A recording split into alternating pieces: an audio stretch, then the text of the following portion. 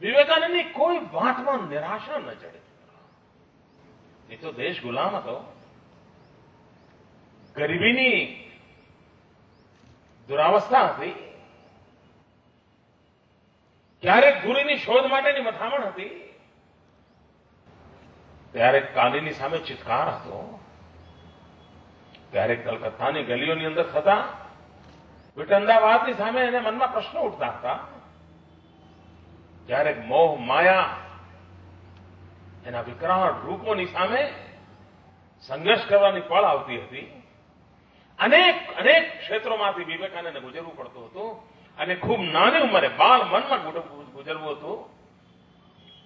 પૂર્ણ યૌવન પણ જેને પ્રાપ્ત નહોતું કર્યું એવી અવસ્થામાં, ટીનેજરમાંથી પણ નીચી અવસ્થામાં એના બધા જ પ્રભાવોની વચ્ચે પોતાનો માર્ગ શોધવા માટે મથામણ કરી હતી. અપાર આત્મવિશ્વાસ સિવાય સંભવ નથી મિત્રો. દુનિયા કેવી છે, ક્યાં છે, દુનિયાના કયા છેડે કેવી રીતે જવાય, કોઈ અંદાજ નહોતો. હિન્દુસ્તાનની અંદર સમુદ્ર લાંઘવો એ એક પ્રકારે સાધુ સંતની પરંપરાની અંદર આપણે ત્યાં અનુચિત માનવામાં આવતું. એવી પરંપરાઓ વિકસી હતી કે સમુદ્ર પાર ન જવાય, સંતોએ ન જવાય.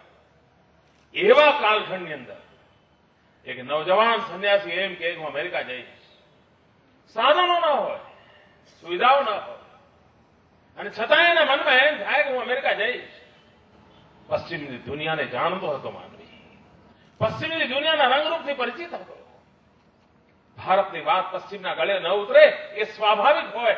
તેમ છતાંય અપાર આત્મવિશ્વાસનો આ ધની અમેરિકાની ધરતી પર જેને ડંકો વગાડી આવે છે.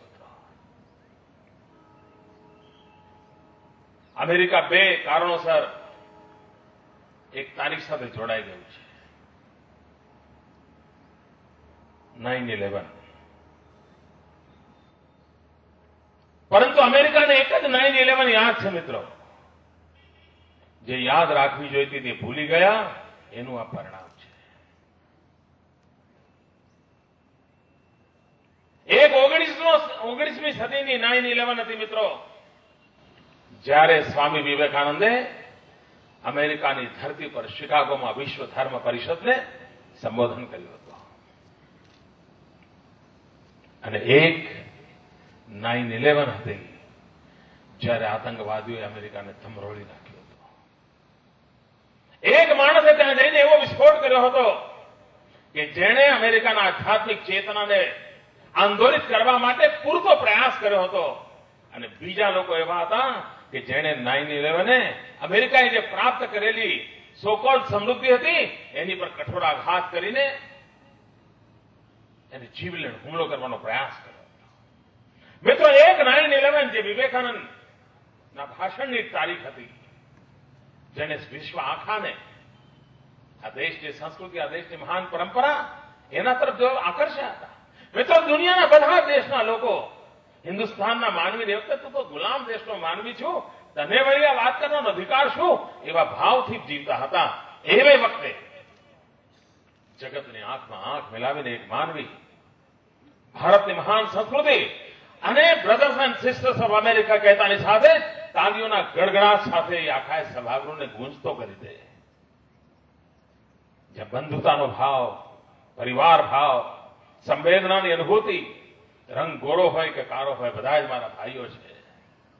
ઉચ્ચ હોય, નીચ હોય, પૂરબમાં હોય, પશ્ચિમમાં હોય, નાનો હોય, મોટો હોય, સર્વે મારા જ અંગ છે. આ પ્રકારનો સંદેશ આપવાનું સામર્થ્ય આ મહાપુરુષમાં હતું. અને મહાપુરુષે જગતને જીતી લીધું હતું. મિત્રો, વિજય પણ ક્યારેક ક્યારેક સાપેક્ષ હોય છે. સુખ પણ સાપેક્ષ હોય છે. સાપેક્ષ સુખ નિરંતર સંતોષ ન આપી શકે. એમ સાપેક્ષ વિજય પણ નિરંતર અજયની અનુભૂતિ ન કરાવી શકે. વિજયના સાપેક્ષ હોઈ શકે, સુખના સાપેક્ષ હોઈ શકે. વિજય અને સુખ જીવનના ભીતરની કસોટીઓથી કસાયેલું હોવું જોઈએ. મિત્રો, સ્વામી વિવેકાનંદનું 9/11નું શિકાગોનું ભાષણ એ વિજય હતો, પણ એ વિજય સાપેક્ષ નહોતો. કોઈને પરાજિત કરીને વિજય પ્રાપ્ત કર્યાનો અહેસાસ નહોતો. જગતને જીતવાના આનંદનો વિજય હતો. જગતને સમાહિત કરવાના વિજયનો આનંદ હતો. મિત્રો, ઘણીવાર સાપેક્ષ સુખ હોય છે. મારી પાસે ખૂબ સરસ શર્ટ હોય, મને આનંદ આવે, પણ બાજુવાળાનું એનાથી સારું હોય તો મારો આનંદ સમાપ્ત થઈ જાય. હું સરસ મજાના ચશ્મા લાવ્યો અને કોલેજમાં પહોંચ્યો અને લોકોને વટ પાડતો હોઉં અને સોમવારે મેં બતાવ્યું અને મંગળવારે બીજો એના કરતા સારા લાવે એટલે મારું સુખ સમાપ્ત થઈ જાય. આ સુખ સાપેક્ષ હોય છે. મિત્રો, સાપેક્ષ સુખ નિરંતર આનંદ નથી આપી શકતું. સુખ સાપેક્ષ ન હોઈ શકે. સુખ પોતાના વિશ્વાસ સાથે, પોતાના કન્વિક્શન સાથે જોડાયેલું હોય તો સુખની આનંદની અનુભૂતિ અલગ હોય છે. એકવાર એક વ્યક્તિએ ઈશ્વરની સાધના કરી. એને પરમાત્માની પ્રાપ્તિ માટેનો પ્રયાસ કર્યો. કઠોર સાધના કરી. સાધના કરી તો ઈશ્વર પ્રાપ્ત થયા. ઈશ્વર પ્રાપ્ત થયા તો એણે કહ્યું કે પ્રભુ, મને એવી શક્તિ આપો કે જેના કારણે હું બધા જ સુખનો સ્વામી બની શકું. પ્રભુએ કહ્યું કે ભાઈ, તને જે જોઈએ હું આપું તો ખરો, કારણ કે તપ કર્યું છે, પણ એક નાનકડી શરત રહેશે. જેમ તમને હતું ને તમે આટલી 5 કસોટીમાંથી પાર થાવ તો અહીંયા આવી શકો, એમ ઈશ્વરે પણ કસોટી મૂકી ગઈ. તું તારી ઈચ્છા તો પૂર્ણ કરીશ, કારણ કે તે મને હવે જયારે તપસ્યા કરીને માને તારી સામે ખડો કરી દીધો છે તો મારે તારું માનવું તો પડશે. તારી ઈચ્છા પૂર્ણ કરવી પડશે. પણ તારી ઈચ્છા પૂર્ણ કરું એક શરત. એણે કહ્યું કે પ્રભુ, મને એ શરત મંજૂર છે. એમણે કહ્યું કે તું જે ઈચ્છા કરીશ એ બધી પૂર્ણ થશે, પરંતુ તું જે ઈચ્છા કરીશ એનો લાભ તારા પડોશીને ડબલ મળશે. તારા મનમાં ઈચ્છા થાય કાર જોઈએ તો તારા ઘેર કાર આવી જશે, પણ બાજુવાળાને તે 2 આવશે. તું ઈચ્છા કરે કે મને બંગલો જોઈએ તો તને તો બંગલો મળી જશે, પણ બાજુવાળાને 2 મળશે. એને થયું કે ચલો ભગવાને આપ્યું છે તો મને એમાં શું જાય છે. એને ઈશ્વરની શરત મંજૂર કરી દીધી. ઈશ્વર તથાસ્તુ કહીને નીકળી ગયા. અને આને થયું કે ભગવાન સાચું કરીને ખોટું કરે. તરત જ એને કલ્પના કરી મનમાં, અને કલ્પના કરતાની સાથે જ પોતાનું જે નાનકડું મકાન હતું એ બંગલો થઈ ગયો. અને બંગલાનો શું આનંદ, એવો અપાર આનંદ, એવો અપાર આનંદ. પણ બહાર નીકળીને જોયું તો પેલાના 2 બંગલા હતા અને એનો આનંદ વિલાઈ ગયો. મનમાં કારની કલ્પના કરી. જેવી કાર આવી ગઈ કે બાજુવાળાના તે 2 કાર આવી. વળી મનમાં કરશું કરે.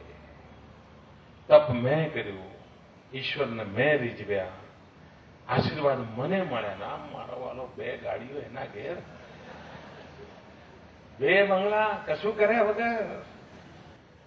મિત્રો, જે સુખની શોધમાં તપશ્ચર્યા કરી હતી, જે સુખની શોધમાં એણે ઈશ્વરને પ્રાપ્ત કર્યા હતા, એ સુખનું લોપાઈ ગયું. કારણ સાપેક્ષ સુખ એને સુખ નહોતું આપી શકતું. એની પાસે કશું જ નહોતું. ગાડી આવી, બંગલી આવ્યો, એનો આનંદ નહોતો, પણ બાજુવાળાને 2 બંગલા આવ્યા, 2 ગાડી આવી, એની પીડા એને જીવવા નહોતી દીધી.